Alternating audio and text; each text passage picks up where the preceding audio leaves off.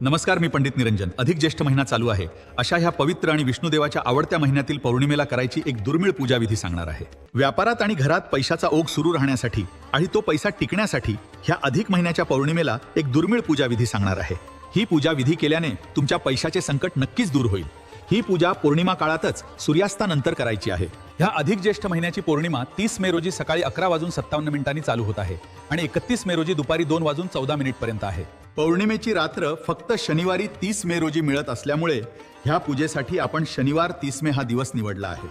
शनिवारी 30 मे रोजी सकाळी आंघोळीच्या अगोदर संपूर्ण घर स्वच्छ करून घेणे, आंघोळ करून तुळशी पूजन करून उंबरठा पूजन करून घेणे, गोमूत्रमध्ये हळद आणि कुंकू मिक्स करून त्याने दरवाजावर स्वस्तिक काढणे, नंतर घरातील देवपूजा करून घेणे, पाण्यामध्ये थोडेसे कच्चे दूध आणि थोडीशी साखर मिसळून हे पाणी पिंपळाला चढवणे, तुपात थोडीशी साखर टाकून दिवा लावणे, पिंपळाच्या 5 प्रदक्षिणा करणे, गाईला हिरवा चारा भरवणे, संपूर्ण दिवस कोणाशीही भांडण तंटा न करता आनंदात घालवणे, सायंकाळी फ्रेश होऊन तुळशीला आणि उंबरठ्यावर दिवा लावणे, घरातील देवांची धूप दीप दाखवून पूजा करावी. सायंकाळी 7:11 नंतर घरात पाट किंवा चौरंगावर लाल कपड्यावर लक्ष्मी देवीची मूर्ती घेणे, लक्ष्मी देवीच्या मूर्तीला सुगंधी स्नान घालणे, चौरंगावर बसून देवीला गंध हळद कुंकू अक्षदा वाहणे, कमळाचे फूल वाहणे, गुलाब पाणी अत्तर अर्पण करणे, नैवेद्याला तांदळाची खीर अर्पण करणे, धूप दीप दाखवणे, देवीला हात जोडून नमस्कार करणे, घराबाहेर येऊन चंद्रपूजन करायचे आहे. प्रथम चंद्राच्या पाया पडणे, चांदीच्या किंवा तांब्याच्या तांब्यात कच्चे दूध घेऊन त्यात साखर आणि तांदूळ मिक्स करून चंद्राला ओम सोन सोमाय नमः मंत्र जप करत अर्ध्य देणे,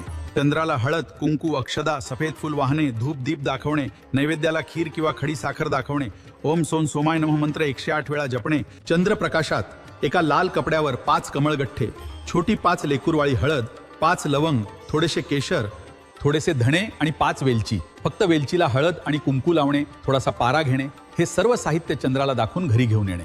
हे सर्व साहित्य घरातील पूजा केलेल्या लक्ष्मी मातेच्या समोर ठेवणे, ओम ह्रीम श्रीं लक्ष्मीभ्यो नमः मंत्र जप 108 वेळा म्हणणे, लक्ष्मी मातेच्या पायावरील हळद कुंकू आणि अक्षदा घेऊन ह्या साहित्यावर टाकणे, लाल कपड्यावरील साहित्याला धूप आणि दीप दाखवणे, या कपड्याला मोळी किंवा लाल धाग्याने घट्ट गाठ मारून घेणे, देवीच्या पायाला लावून ही पुडी पैशाच्या गल्ल्यात नेऊन ठेवणे.